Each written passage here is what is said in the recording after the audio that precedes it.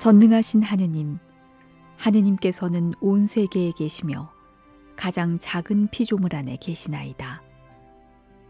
존재하는 모든 것을 온유로 감싸 안으시는 하느님, 저희에게 사랑의 힘을 부어주시어 저희가 생명과 아름다움을 돌보게 하소서. 저희가 평화로 가득 차 한 형제 자매로 살아가며 그 누구에게도 해를 끼치지 않게 하소서. 아멘.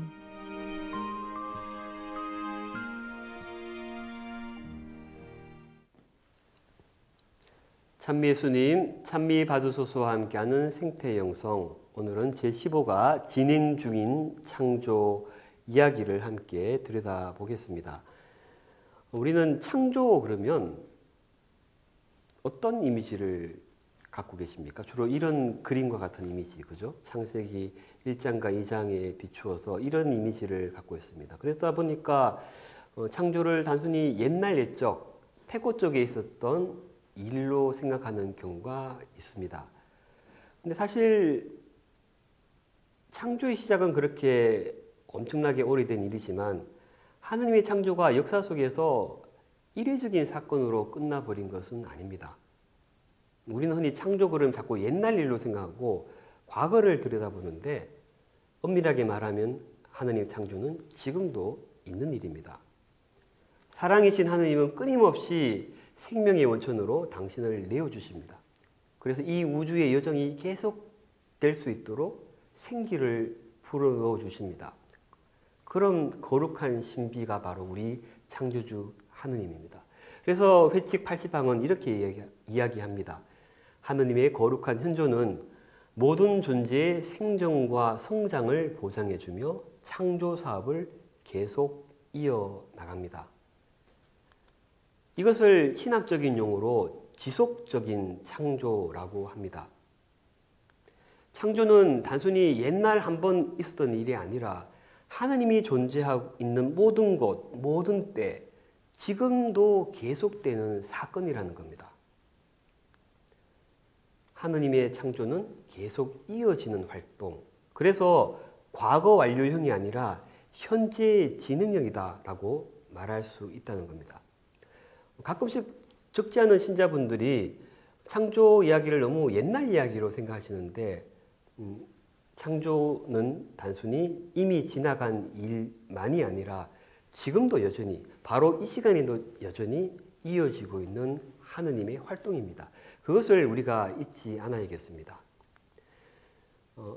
이 현재 진행형이라는 이야기와 더불어 그냥 개인적으로 여러분과 나누고 싶은 존 헨리 뉴먼 주경님 말씀입니다. 산다는 건 되어간다는 것, 완전하다는 것은 자주 변화했다는 것이다. 우리 인생이 그런 거 아닙니까? 아버지가 또 어머니가 되는 것도 처음부터 어떻게 잘합니까? 조금씩 살면서 아버지도 되어가고 어머니도 되어갑니다. 저 역시 마찬가지인 것 같습니다. 사제도 서품과 동시에 사제이지만 좀 더 성숙한 사제가 되어가는 과정을 저 역시 거쳐온 것 같습니다. 우리 인생도 그렇게 되어가는 여정이듯이 하느님 창조하신 이 세계 역시 마찬가지입니다. 하느님 창조도 되어가는 여정입니다. 과학적으로도 그것은 우리가 충분히 이야기할 수 있는 부분이죠. 우주 역사를 보통 138억 년이라고 현대 과학자들은 이야기합니다. 그것을 흔히 우리는 우주의 진화 과정이라고 이야기하지만 또 우리 신앙적인 눈으로 본다면 그것은 이 138억 년의 역사는 이 진화 역사는 하느님 창조의 여정이기도 하다는 겁니다. 138억 년 전 아무것도 없는 그 무의 상태에서 무언가 시작되었고 그렇게 우주는 시작되었고 은하계와 또 태양계와 또 수많은 생명들과 그 끝에 인간까지 등장하는 이 138억 년의 긴 역사, 이 긴 여정이 바로 하느님의 창조 과정이라는 겁니다. 과학적으로 볼 때 우주는 138억 년 전에 탄생했고 46억 년 전에 태양과 지구가 등장했고 38억 년 전에 생명이 탄생했습니다. 현생 인류는 20만 전에야 등장합니다. 그리고 1만 년 전에 문명이 시작되고 지금 현재 우리가 여기에 살고 있습니다. 그렇게 현대 과학은 이 세상이, 이 우주가 이렇게 되어가는 생성적인 과정에 있다고 이야기합니다. 그리고 이런 과학적인 이야기는 우리 신앙의 관점과 신학의 이야기와 다르지 않습니다. 우리 현대 창조론도 세상은 완결된 상태가 아니라 완성을 향해 되어가는 과정에 있다고 이야기합니다. 하나님은 이 긴 138억년의 긴 역사 속에서 매 순간 그 모든 피조물들이 존재할 수 있도록 지탱해 주던 분이라는 겁니다. 이처럼 창조주 하나님께서는 이 창조 세계가 되어가는 과정에 계속 관여하시고 이끌어 주시기 때문에 이 창조 세계가 아무런 방향성이 없이 진화한다고 우리 교회는 말하지 않습니다. 어떤 무신론적 진화론에서는 이 세상은 아무런 의미 없이, 아무런 목적도 없이, 방향도 없이 흘러가는 것뿐이다, 생겨나는 것뿐이다 라고 말하지만, 우리가 믿는 우리 신앙은 아무런 방향 없이 진화하는 세계가 아니라 어딘가를 향해서 목적을 갖고 계속 창조되는 그런 세상입니다. 이 돛담배의 이미지처럼 우리가 사는 이 세계는, 이 세상은 어떤 목적을 갖고 어떤 곳을 향해서 함께 나아가는 그런 곳입니다. 여기 있는 우리 여러분과 또 우리가 속한 이 세계는 공동의 도착점, 그 하느님을 향해서 함께 나아가고 있다는 겁니다. 그렇게 하느님은 피조물을 창조하실 뿐만 아니라 완성으로 이끌어 가시는 하느님이시기도 합니다. 그래서 어떤 사람들은 이렇게 오해하기도 합니다. 하느님이 이 세상을 모든 것을 일일이 다 관여하시고 일일이 조종하시는 건 아닌가. 그건 또 잘못된 이해라고 저는 말씀드리고 싶습니다. 하느님은 이 세상의 운전대를 잡고 자기 마음대로 하시는 분이 아니십니다. 우리의 자유의지를 빼앗아가고 당신 뜻대로 모든 것을 강제하는 분이 아니라는 겁니다. 오히려 하느님은 이 세계의 가능성을 채우시고 그 세계가 가진 고유한 자발성을 존중하시면서 스스로 새로운 것이 나타나도록 생기를 불어넣어 주시는 그런 하느님이십니다. 그래서 하느님께서는 당신이 부여하신 그 내적인 법칙들에 따라서 우리 피조물들이 스스로 발전해 나가도록 허용하십니다. 우리의 자유를 존중하시면서 우리 스스로 되어가도록, 당신을 향해서 나아가도록 그렇게 우리를 이끌어 주신다는 겁니다. 그래서 회칙 80항은 이렇게 이야기합니다. 하느님의 창조는 마치 배를 만드는 사람이 나무에 스스로 배의 형상을 취할 수 있는 능력을 부여하는 것과 같습니다. 창조주 하느님이 일일이 모든 것을 조립하듯이, 그렇게 제작하듯이 이 세상을 만들다기보다는 나무에 스스로 배의 형상을 취할 수 있는 그런 자율성을 부여했다는 것입니다. 조금 더 구체적으로 보면 80항을 읽어볼 수 있겠죠.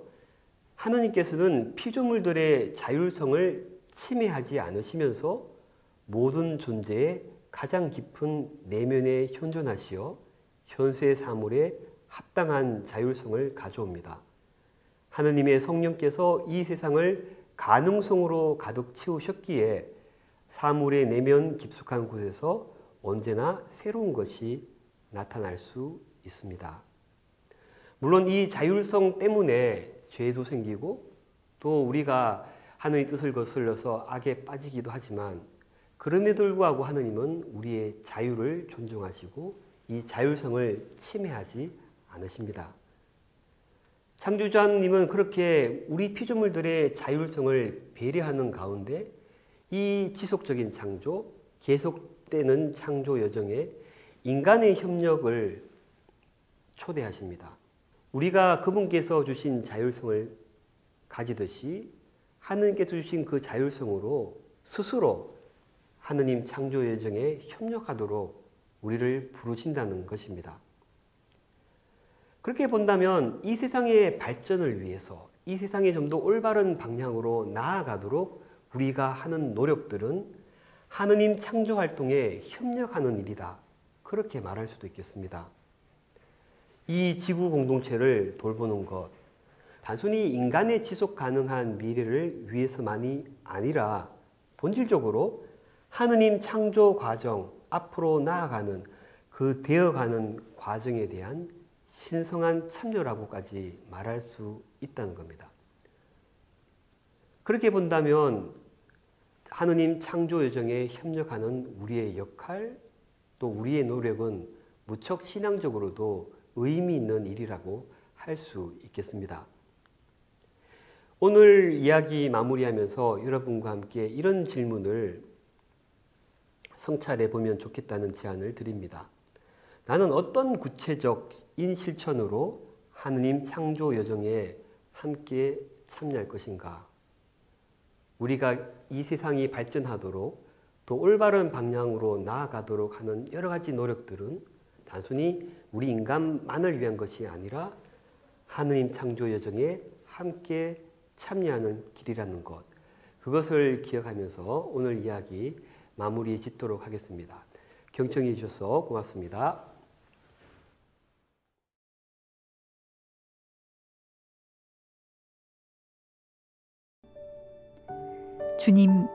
주님의 힘과 빛으로 저희를 붙잡아 주시어 저희가 모든 생명을 보호하며 더 나은 미래를 마련하여 정의와 평화와 사랑과 아름다움의 하느님 나라가 오게 하소서.